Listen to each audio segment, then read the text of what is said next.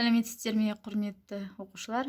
Мен Алматы облысы Балқаш ауданы Бақанас ауылы Сеңгірбаев атындағы орта мектеп математика пән мұғалімі Қасымбаева Сағынкүл Төкенова. Бүгінгі біздің өтетін сабағымыз тақырыбы жай бөлшектер, 5 сынып. Оқу мақсаты жай бөлшектер ұғымын меңгеру, жай бөлшектерді оқу және жазу. Оқушылар, ең алдымен сабағымызды бастамас бұрын мына бір видеоға назар аударайық. Бірінші кезекте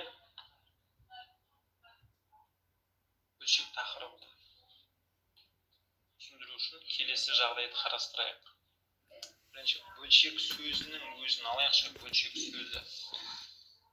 Бөлшек сөзі өзі бөл деген сөзден шыққан, оның түбірі бөл. Яғни біз мектепте мынандай қос нүкте арқылы беріп жатамыз бөлшекті. Енді бала осы қос нүктенің орнына бөлшек сызығын қойып үйренуі керек. Қос нүкте қандай жағдайларда қойылады, яғни бөлу амалы. Мысалы, ең қарапайым келесі теңдеу үшін. Мысалы, бұл теңдеуді сіз 4-ші кластың баласына берсеңіз, ол өте оңай шығарады бұл теңдеуді. Яғни 3 көбейтілген x тең 6 деген теңдеуді берсеңіз, x тең 6 бөлу 3, 6 бөлу 3 және x тең 2 деп сізге жауапты шығарып береді. Бірақ ол балаға 3 көбейту x тең 5 деген теңдеуді берсеңіз, ол тоқтап қалады. Неге? Өйткені 5 3-ке бөлінбейді дейді де, ары қарай шығара алмай қалады.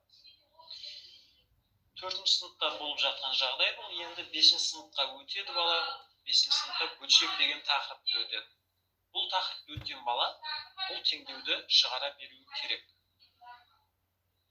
Қалай шығарамыз? Яғни біз қазір ғана айттық, бөлшек деген сөз ол бөлу деген сөзден шыққан. Сонымен бөлшек дегеніміз не? Бөлшек сызығын біз былай сызамыз, және бұның бөлшек сызығының төменгі жағында және жоғары жағында қандай да бір сандар жазылады. Осының мағынасы не? Бұның мағынасы 4 бөлінген 5 деген сөз. Яғни бұдан былай қос нүктені 5-ші және 6-шы сыныптан бастап оқушылар мынандай бөлшек түрінде жазып үйренуі керек. Яғни 4 5-ке бөлінбейді деп тоқтап қалмаймыз. Яғни 4 бөлу 5 деген амалды орындау керек болса, келесі түрде, яғни мына бөлшекті жазу керек. Яғни сіздің балаңызға мына теңдеу берілетін болса, яғни 3x тең 3 көбейтілген x тең 5 деген теңдеу берілсе, онда ол теңдеуді бірден 5 бөлінген 3 деп бөлшек түрінде шығару керек. Яғни бұл нәрсе бізде сан. Яғни 4-ші класста оқып жүрген балдар үшін әрине олар сан десе. Сан деген не десеңіз, 1, 2, 3, 4 деген тек қана натурал сандарды айтады. Ал мына нәрсені 5-ші классқа келген бала қабылдай алмайды. Яғни бұл не деп ойланып қалады. Яғни 5 3-ке бөлінбейді. Естеріңізде болсын, бұл сан. Яғни бөлшек дегеніміз бұл сан. Бұл нәрсені қосуға, көбейтуге, бөлуге болады. Тек қана бұл жердегі натурал сандарды ғана көбейтуге, қосуға, бөлуге болады деген нәрседен жай-жай құтылу керек. Яғни бөлшек те бұл сан, бөлшек сандар. Бұларды біз қосамыз, азайтамыз, көбейтеміз. Яғни арифметиканың 4 амалы толық орындала береді. Яғни бұдан былай сіздерге мысалы 7 бөлінген 4 деген нәрсе келсе, оның мағынасын 7 бөлу 4 деп бөлшек түрінде былай беруге болады. Және оқылуына келейік. Оқылуы 4-тен 7 дейді. Яғни төменгі жақтан жоғары қарай оқимыз. 4-тен 7 деп оқылады. Стрелка қойып қойсақ та болады. Мына бөлшек 5-тен 4 деп оқылады. Мына бөлшек 3-тен 5 деп оқылады. Немесе 4 бөлу 5 десеңіз де жарай береді. Мысалы, мына бөлшек үшін 4 бөлінген 5 деп айтсаңыз да негізі қате болып есептелмейді, бірақ кітаптарда көбінесе ол нәрсені жазбайды. Бірақ ол да дұрыс. Яғни бөлшектің оқылуына әрдайым 5-тен 4 деп айту міндетті емессіз. Яғни 4 бөлу 5 десеңіз де сізді ешкім қате деп айта алмайды. Енді осы жерде мына бөлшек сызығы екендігін айтып кеттік. Жаңа жоғары жағын біз алымы деп атаймыз. Алымы. Ал төменгі жағын бөлімі әрдайым есте болсын. Өйткені біз көбінесе бөлшек берген кезде айтып жатамыз. Бөлшектің алымы және бөлімі деп айтып жатамыз. Мысалы, бөлшек сызығын сызыңыз, бөлшектің бөлімінде 4 тұр десе, онда 4-ті төменгі жағына жазу керек. Алымында 3 тұрсе, десе, онда бөлшек сызығының жоғары жағына 3 санын жазуымыз керек.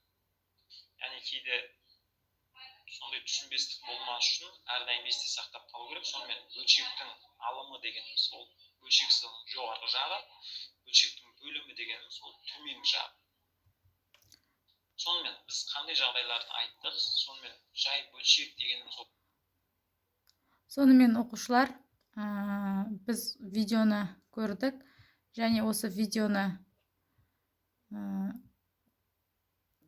қорытындылау үшін, яғни біз білдік жай бөлшектің не екендігін, және жай бөлшектің алымы, бөлімі және бөлшек сызығының болатындығын білдік. Олай болса, мына бір тапсырмаларды орындап көрейікші.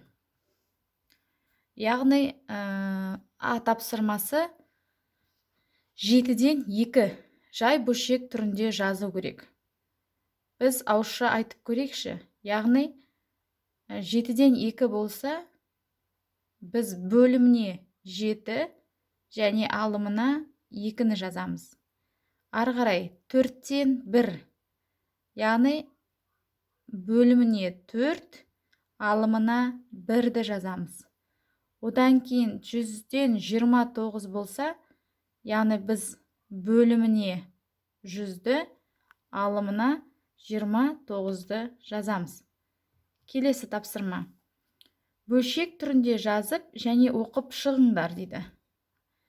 Бұл тапсырманың А тапсырмасын қазір мен сіздерге түсіндіріп беремін. Б және В тапсырмасын өзіміз орындаймыз. Яғни сіздерге шаршы берілген. Шаршы 4 бөлікке бөлінген және оның 2 бөлігі, яғни боялған, 2 бөлігі боялмаған. Енді алымы бізде, яғни 2 болады, бөлімі 4 болады. Жазылуы 4-тен 2. Тура дәл осылай Б және В тапсырмасын өзіміз орындап көрейік.